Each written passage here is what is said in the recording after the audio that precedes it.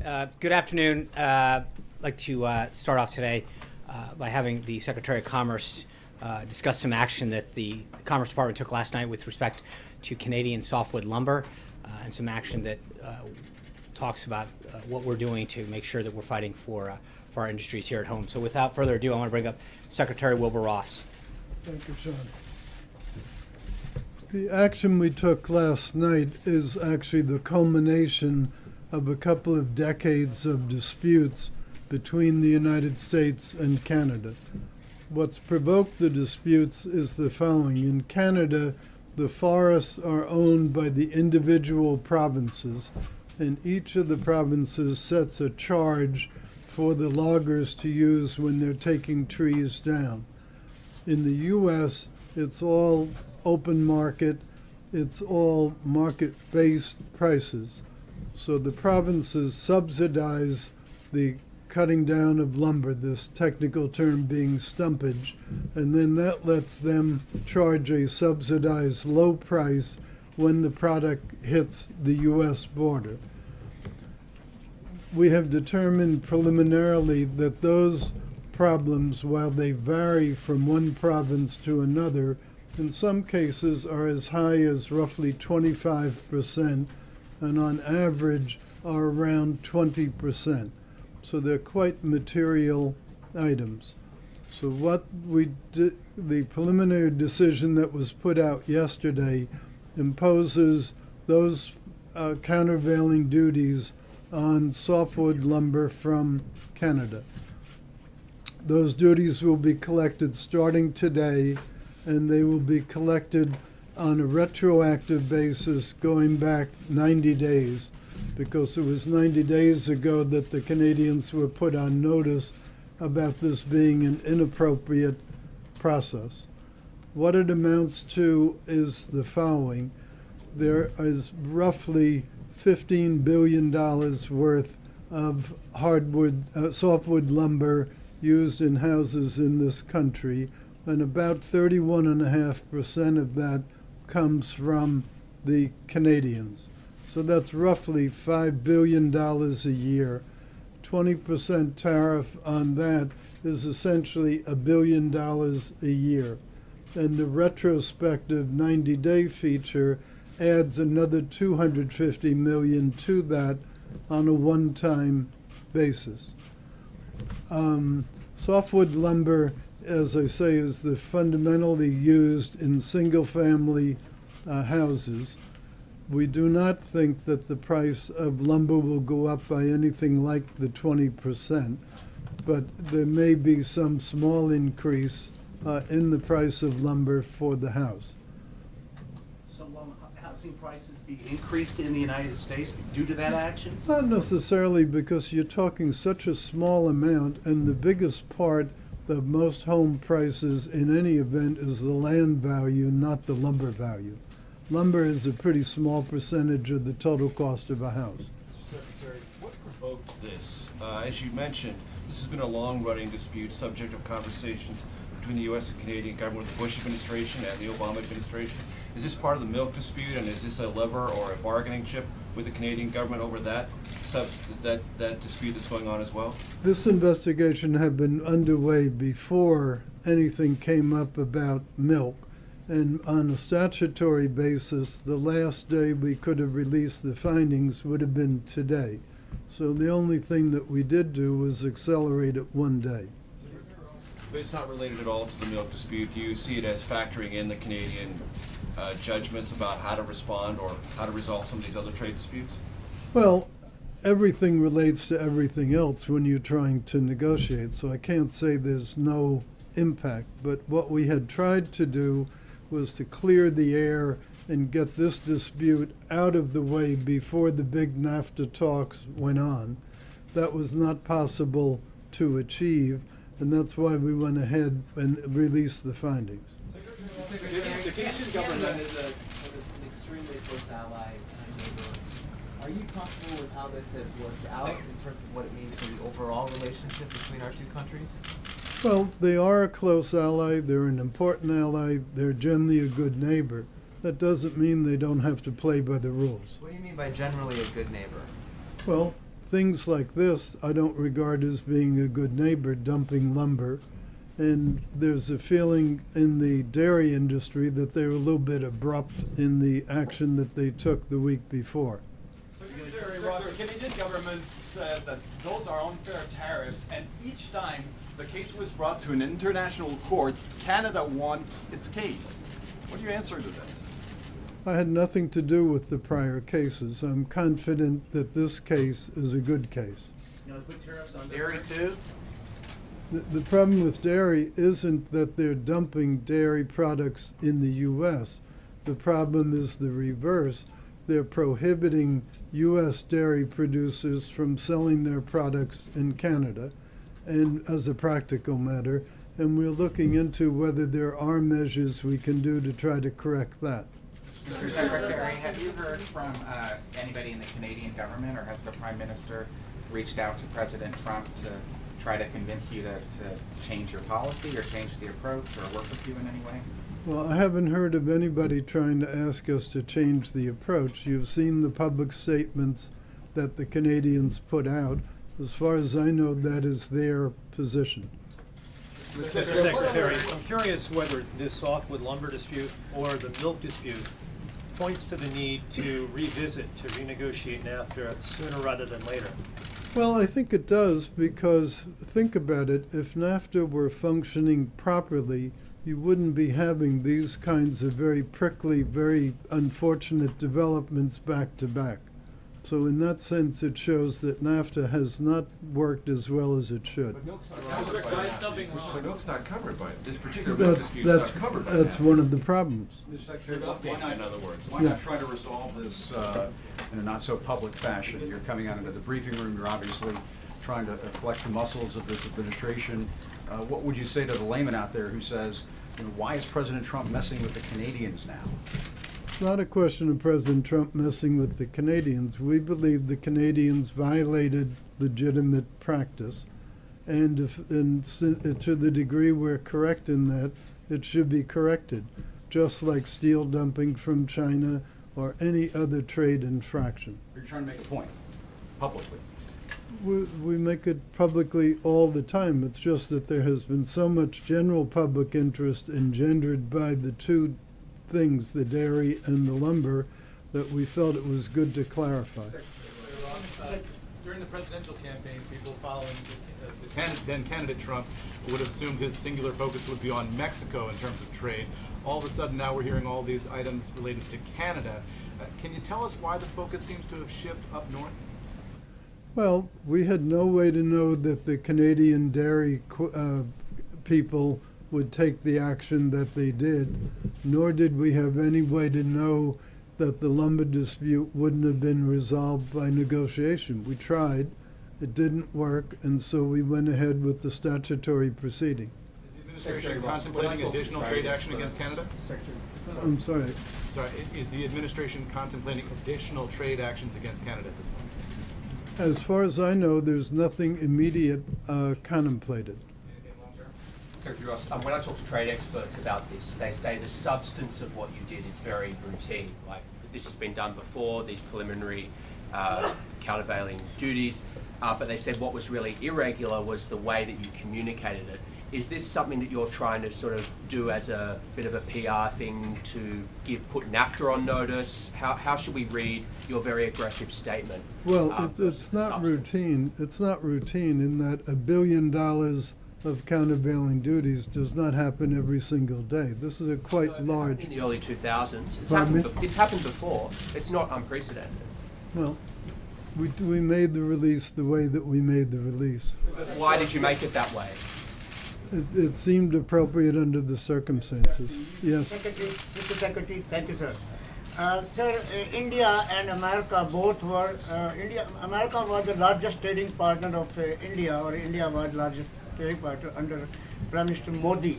And now we have a new administration with a new thinking and a business administration. Same thing in India, Prime Minister Modi has the same thinking. So what is the future of the trade between US and India, sir? Well, U.S. does not have a free trade agreement with India at this point, so the trade relations between U.S. and India are governed by the WTO rules. There's nothing in the actions we've taken that changes that. Mr. Secretary, following up on what Jim said, though, if housing prices do increase due to this, what do you tell the average consumer in the United States if their prices are going up? They didn't bargain for that. Well, I don't know what they bargained for, but I'm sure what nobody in the United States bargained for was people dumping product. It's no different whether you dump steel or aluminum or cars or lumber or anything else. Nobody has. There's use the term countervailing duty and anti-dumping interchangeably. They're two different things. Which is it, dumping or This is countervailing duties? countervailing duties. Mr. Secretary, do you have a specific timeline for when the president is going to announce his intention to renegotiate NAFTA, and could this move actually complicate his efforts to get a good deal? Well, we put the Congress on notice quite a few weeks ago of our intention to renegotiate NAFTA. What's been stalled is getting the Trade Promotion Authority, the so-called Fast Track Authority, approved by the Congress. Now, with Bob Lighthizer having been confirmed out of the committee today and hopefully coming to the Senate for a full vote very shortly, that should cure one of the objections that some of the senators had. Namely, they were concerned about formally reopening NAFTA in the absence of the U.S. trade rep being confirmed. Now, the catch-22 to that was they were also slow-walking the confirmation, so it was a little bit of a circular thing. But in any event, that appears to be in the process of being corrected. But could this move complicate your efforts to get a good deal? Everything affects everything else, but this trade issue over lumber, as has been pointed out, is not a brand new issue. It's been around for quite a while. Mr. Secretary,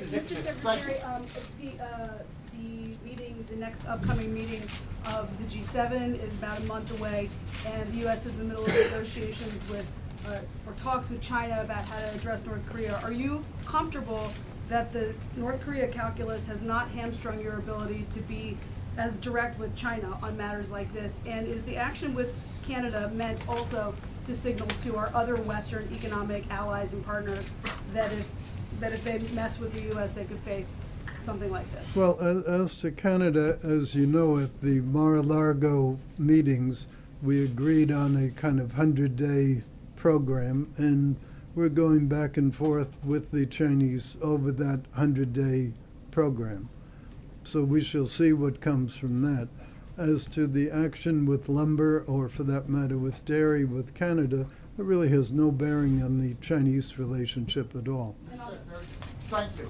It seems to me that the object of the 25% tariff on soft lumber coming out of Canada is not to raise wood prices, it's to save and create American forestry jobs and loggers who are losing their jobs right now as a result of the dumping. Has the administration done a study? Do you know how many American jobs are going to be saved by this tariff? Well, it's quite a lot of board feet of lumber. Lumber sells for about 38 cents per foot. So if you take all these large amounts, there are about 47 billion board feet of lumber consumed in the U.S. market in a given year. And part of the reason I don't see that there'll be a huge price differential coming in is this only affects 31.5% of that output. The competition among the American producers remains the same. So this is not like suddenly house prices are going to go up 10 or 15%. That's silly. But how many jobs will be created? How many jobs will be created? Pardon me? How many new jobs will be created or jobs will be saved as a result of stopping the dumping? Well, That's the nature of my I don't question. have an exact total, but I can tell you it's in quite a few states along the northern perimeter, going all the way down into Louisiana.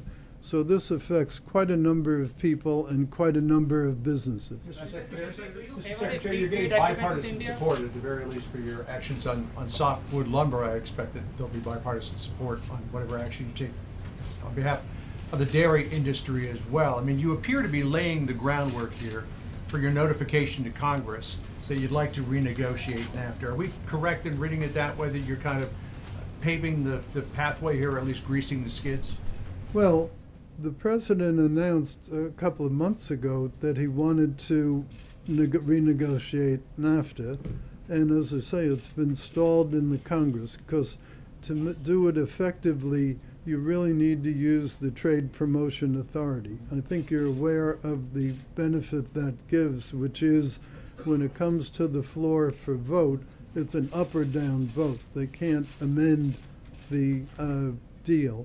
So it makes it much more probable of getting a deal approved. That's the practical significance of it. So these very public actions that you're taking and being here in the briefing, is that sort of paving the way for promoting that authority? Well, we hope to get as soon as possible the Trade Promotion Authority granted. Only Congress can do that. And so we've been consulting with the staff. I've met, I don't know how many times, but quite a lot of times, both with Ways and Means and with the Senate Finance Committee. And we hope that with the Lighthizer confirmation, that will remove that impediment. Mr. Secretary, do you favor a free trade agreement with India for I'm sorry, couldn't Do hear. you favor a free trade agreement with India? As you said earlier, it doesn't exist between the two countries right now. Do you favor a free trade agreement with India? Oh, any pending trade events with India? Is that the question? Free trade.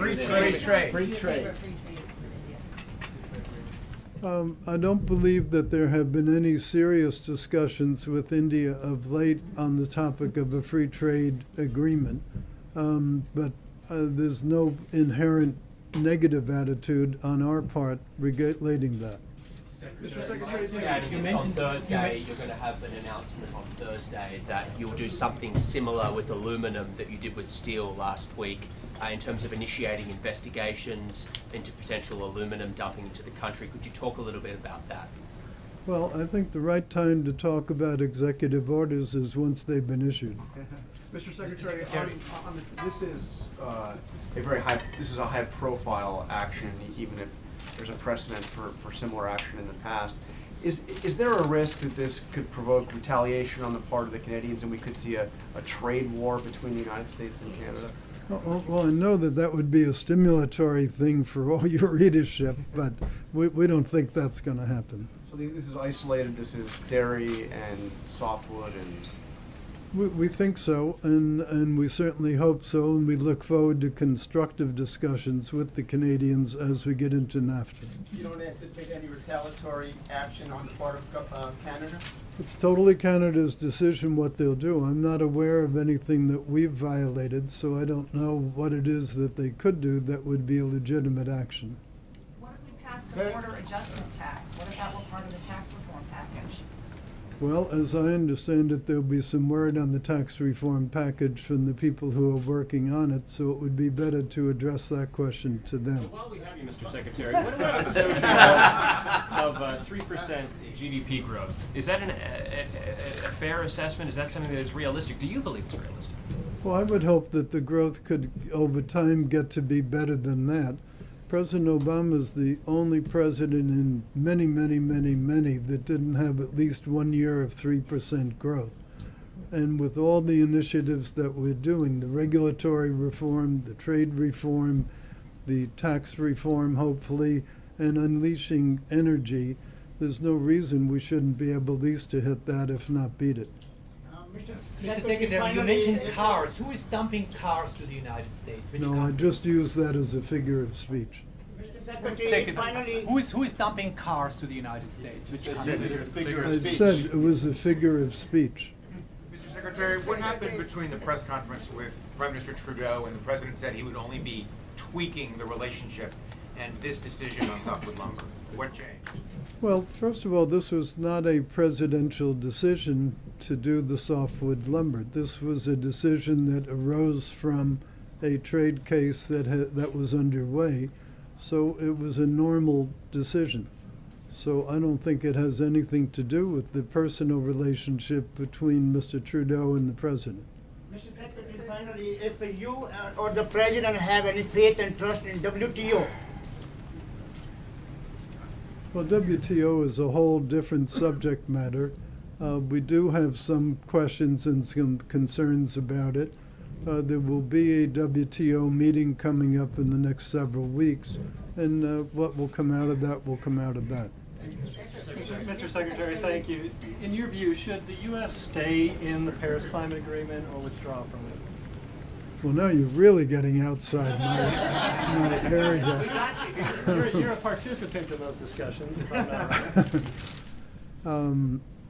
It's really outside my area. I'm having enough difficulty dealing with the trade issues rather than poaching on other people's territory.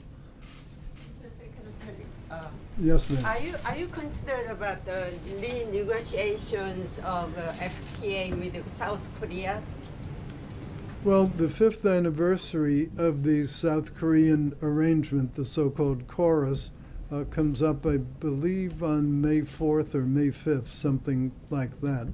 So that would be a logical time to think through whether there was something to be done or not. Do you think soft lumber might get Michael Flynn's name off the front pages? Is Michael Flynn now a trade issue? I wasn't aware that he was. Thank you, Mr. Secretary. Mr. Secretary, here's one more way out of the box for you. Well, thank you for if that. in fact the next president is elected as Marine Le Pen in France, who is not at all for the continuing the EU, how would that affect the relationship with France and the EU? That's such a hypothetical question that I find it very difficult to answer. Macron? Well, I think let's wait for the French runoff election. Let's see who's elected. Let's see what actions they take, and then we'll be in a position to make a reasoned response to the question. Thank you, Mr. Secretary. How many times? Thank you. You're always welcome. Come anytime. That doesn't make me feel too good. They said come back anytime. You're always welcome.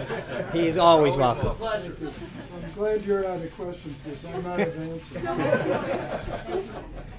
Now the Secretary is exhausted, you all. So up on the screens, I know we had a little bit of discussion about this yesterday.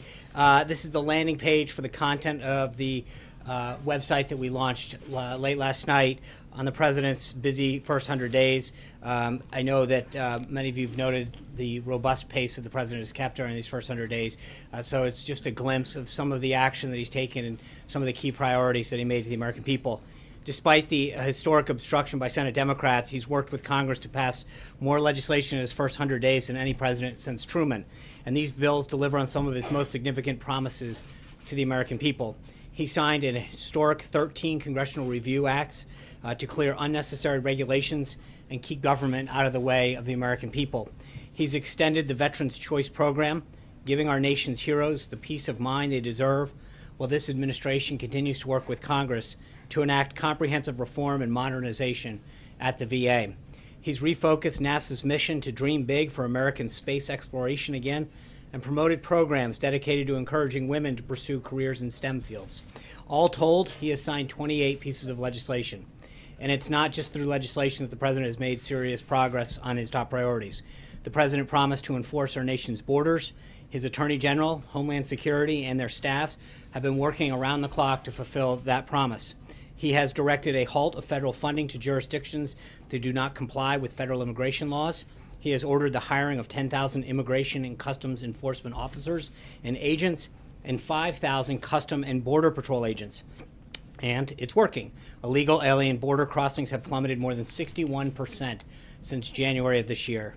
The world is responding to the leadership that the President is bringing to Washington. In all, during his first 100 days, the President has made 68 calls with 38 different world leaders and hosted a total of 16 bilateral meetings. The President has rebuilt America's standing in the world, and these meetings and calls have led to real action. NATO's Secretary General was here a few weeks ago, and he directly credited the President for his tough talk that was fair but tough as a candidate and now as a President for helping to put pressure on the counties and on the countries that are not contributing their fair share to the alliance. Just last week, Aya Higazi finally came home after the President personally addressed her situation with President al-Sisi. And China continues to take positive steps both at the UN and in other arenas to help us combat the threat posed by North Korea. The President has also turned his words into action here at home.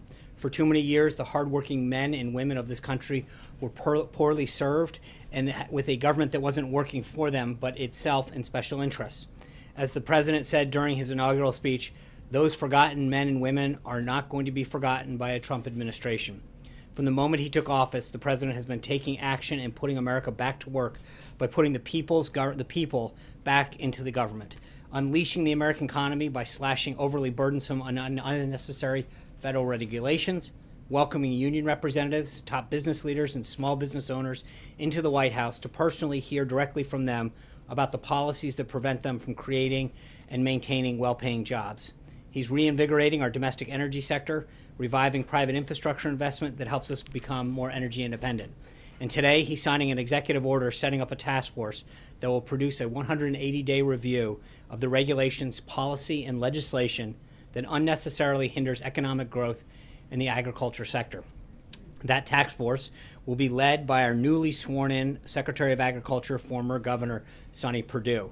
Secretary Perdue, who was sworn in earlier this morning, along with many other cabinet members, will be traveling outside Washington this entire week to share these tremendous achievements with the American people. Small Business Administrator Linda McMahon is in Orlando for multiple events, including a roundtable with Hispanic small business owners. Tomorrow, Secretary Carson will be in Columbus, Ohio, for the fourth stop of his listening tour, where he'll speak to the Ohio Housing Council and meet with local leaders and residents of public housing developments. And Secretary Perdue is getting right to work, traveling to Kansas City, Missouri, Thursday and Friday to visit agricultural facilities and meet with Governor Greitens. The President and his extraordinary qualified cabinet have made incredible progress in just these first 100 days. But this is just the beginning. We look forward to even more prosperity as consumer and CEO confidence continues to rise in the wake of these pro-growth policies. An even safer world from destroying ISIS and other forms of radical Islamic terrorism that threaten our entire globe to keeping our smallest communities safe for American families. And a government that serves the people, not the special interests or personal political alliances. Finally, before I take your questions, I just want to proudly announce that on May 4th, the President will speak aboard the USS Intrepid in New York City to commemorate the 75th anniversary of the Battle of Coral Sea, a major naval battle during World War II in which the United States joined with Australia to halt the advance of enemy forces. That same day at the museum, the President will hold a bilateral meeting with Prime Minister Malcolm Turnbull of Australia. The President looks forward to meeting the Prime Minister and to showcasing the enduring bonds, deep friendship, and close alliance the United States has with Australia. And with that, let's go. John Roberts. Sean, does the White House believe that Lieutenant General Michael Flynn broke any laws in filling out his standard Form 86 disclosure? And furthermore, why is the White House apparently stonewalling the Committee on Oversight and Government Reform on its request for some of the documents that should be in the White House's possession on Mr. Flynn? I will correct you on that. The committee sent a form letter to several agencies, including the White House, asking to find those documents. The documents in question, the Department of Defense possessed and sent over to him. The documents that occurred before he worked here would be up to him to turn over. So my understanding is the committee has the documents that they were looking for. In the letter that Mark Short, and I know that SF-86 was referred to the DIA. And it wasn't just referred to him, that's where it's held. Well, I know, but they were referred to the DIA for the SF-86, and apparently they have gained access to that document. But there are other documents that should be in the White House's possession that Mark Short in the letter to the committee said the White House can't provide because of sensitive nature. Also said that there were no documents that were available prior to the 20th. Right. But I also asked the question, does the White House believe that Lieutenant General Flynn might have broken the law when he filled out SF-86? I don't. That would be a question for him and a law enforcement agency, whether or not he filled. I don't know what he filled out and what he did or did not do. That all happened he filled that form out prior to coming here, and so it would be up to the committee and other authorities to look at that. I don't know, but with respect to the letter, they asked for 3 things. The SF-86, which you properly point out was in the possession of the DIA. My understanding through reports is that they have obtained that. Then they asked for documents prior to January 20th. As you know, through the Constitution, we didn't assume the White House until January 20th at noon, so we don't have the documents prior to assuming the White House. And then the third would be they listed for every call and contact that he made, which is an extraordinary number. That's a very that's a very unwieldy request. So was it the sheer volume of it, or was Well, I mean, it's to say we want the National Security Advisor, whose job it is to talk with foreign counterparts on a daily basis to document every call that he may or may not have made, is not exactly a request that's able to be filled. But every document that they asked for, my understanding is that they've gotten. John, is it your position that during the transition, the Trump transition has no custodial possession of any of these documents? Well, I would, again, that, but that's... that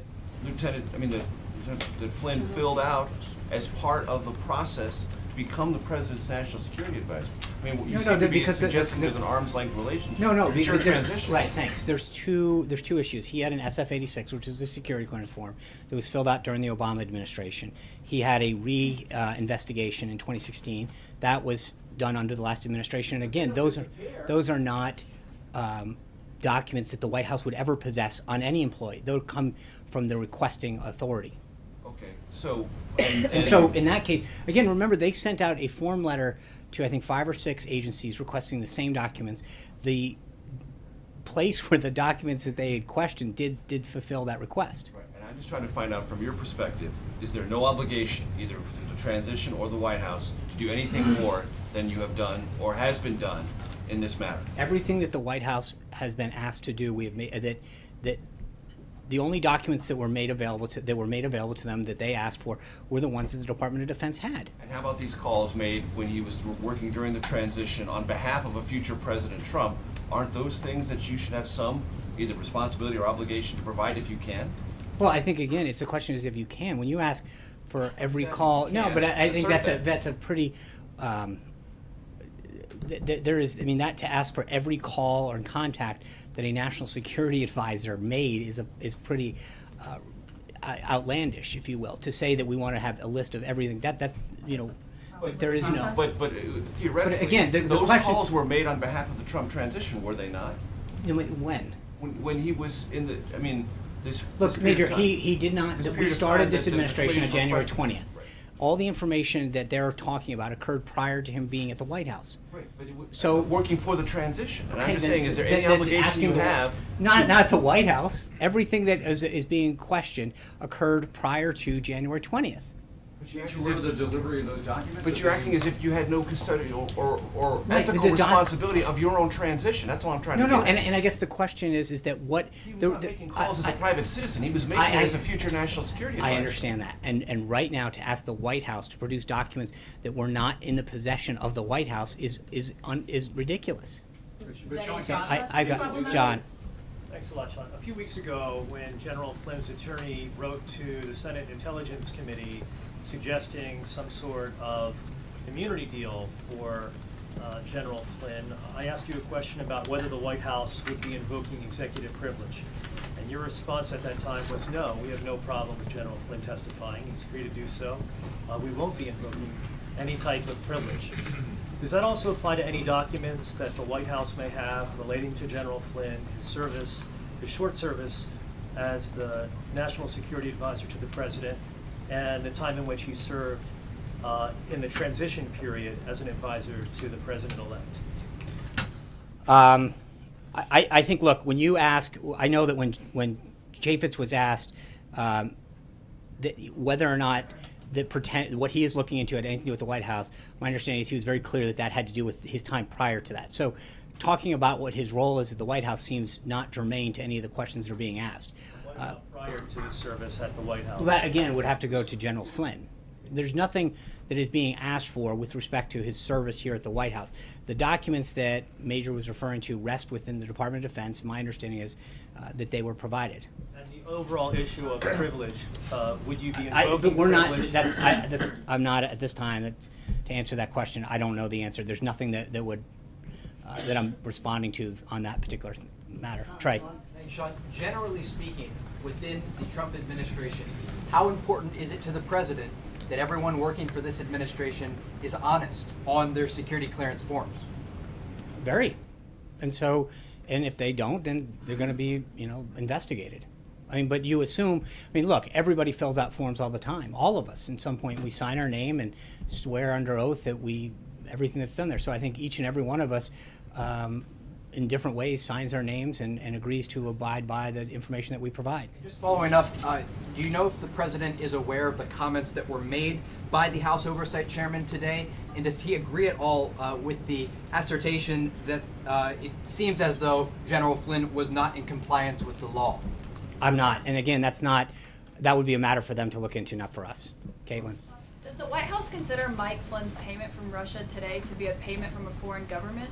I don't know. That was, again, all of that occurred prior to his service. Your White House. Does this White House consider a payment from Russia today to be a payment from a foreign government? I understand. What I'm saying is everything that he did was prior to coming to this White House. So for us to determine someone else's thing as a consultant. Today, do you consider that to be a payment from a foreign government? I'm sorry, if what? If someone took money from Russia today. If they were an employee of the White House, absolutely. But again, I don't know the exact circumstances. Everything that is being discussed occurred prior to his employment at the White House, occurred as a consultant. And so whatever he did, as long as he did it in compliance with the law, as every one of us as a citizen has the right to do, that's up to an individual to do and then comply with the law. To follow up on that, why wasn't he more closely vetted during the transition period? Well, again, you fill out forms, and I feel like the White House and the Trump transition team should have known about this before they were having him come to the White House. Well, again, you fill out the forms, you do an investigation, you do a background check. Every employee gets that background check done, and they have a security clearance, and they fill it out, and that's how everyone operates under the same guise. I have two questions, but I want to follow up on that. So you're saying that it's a problem with the process of vetting, the vetting process, and not No, I'm just saying that, I'm not this- saying it's a process of vetting. I'm saying that every single person who comes to work in here at a certain level is required to fill out the same form, an SF-86, and that background check is adjudicated. You rely on that person when they sign their name, and then investigators to pick it up. But there's always going to be in the case of people who had a prior clearance, that between the time that they filled it out and had it adjudicated, they could have engaged in something, and whether or not they updated that or not is always the onus is on the individual. I do want to ask you really quickly about the wall. Yesterday, President Trump reportedly said that he's going to delay pushing the wall through. Yeah, he did on the not. Hill. And so can you just clarify what the status of that is? Is it Yeah. happening when? Thank you. The president made it very clear, I think he tweeted about this earlier, his priorities have not changed. There will be a wall built. It's important to prevent human trafficking, gangs like MS-13 from coming into the country, the flow of illegal drugs, illegal immigration. There is a national and economic safety issue by having a wall that ensures our country's safety. And there's plenty of planning that can be done in FY17. We're going to continue. Our priorities are clear going into FY17, the remainder of budgeting for that, and we'll continue to ask for more in FY18. So it's delayed for now. No, I until didn't. No. I never. No one said delayed. No. There's a No.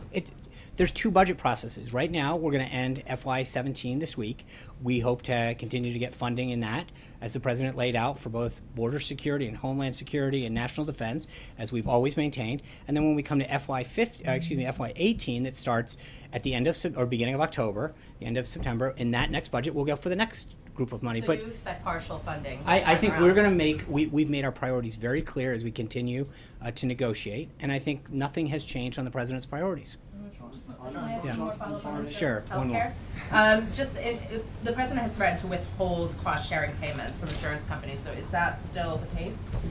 He hasn't. I think we've made it very clear that we want to repeal and replace Obamacare, and I think we continue to see there's a prop up right now, and that's why we need to act as soon as possible to get an insurance plan in place, a new insurance plan system in place that will protect people's insurance and not have these skyrocketing costs. But we have an artificially propped up insurance system right now because of these payments, and I think that we've got to make sure that we do everything we can as quick as we can to put a system in place that will solve that. Jonathan.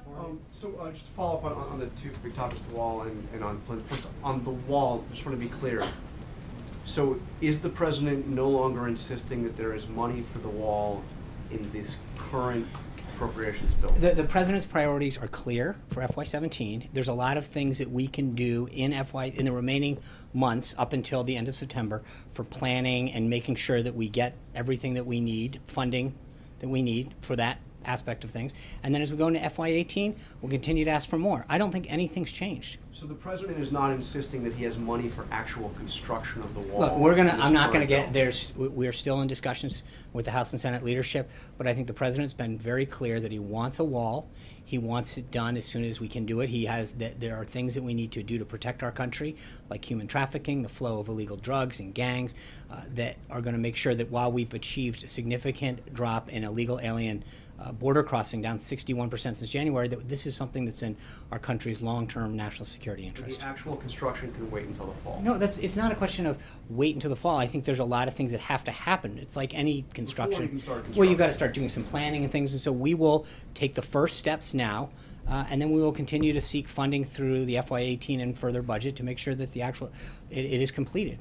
And on Michael Flynn, does the president feel that he was misled by General Flynn? I think the president made a decision a while ago because General Flynn was not straight with the vice president at the time and let him go. I think he stands by that decision, and it's up to others to review all this information that's coming out. But does he now feel that he also wasn't straight with him? I don't know. A lot of the transition? facts are still coming out, Jonathan. So I know the president made a decision a couple months ago. It was the right decision, and we've moved on, and we've continued to stay focused on.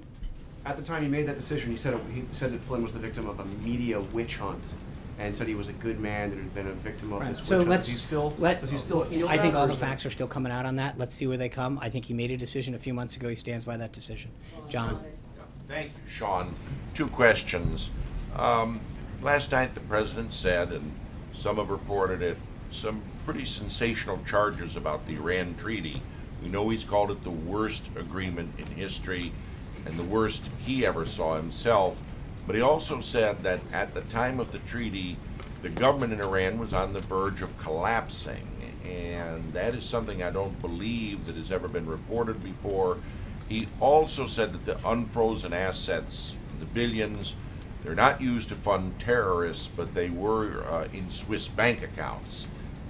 Is this based on intelligence reports he's received or other information? I'm not going to get into what the president knows, but there's a reason that we are undergoing an interagency process right now to look at the deal. Yeah, Jessica. I had a second question. Oh, I'm sure. Okay. On General Flynn, anyone who is at his level and some levels below undergoes an investigation by the FBI with a final report. Was the president ever given a final security report by the FBI on General Flynn? I don't know how. He was the head of DI of the Department of the Defense Intelligence Agency. He had an existing clearance. Jessica. So on North Korea, Sean, if you could just talk a little bit more about the overall efforts that the administration is making. We note the United Nations meetings yesterday. Now you've got an up-and-coming meeting with Congress. Are you, as an administration, trying to get a coalition together to build a stronger diplomatic case around actions against Pyongyang? Yeah, well, I think you saw Ambassador Haley yesterday in the discussion that the other ambassadors who visited the White House engaged in a very robust discussion with respect to North Korea, both as a group and then with the president.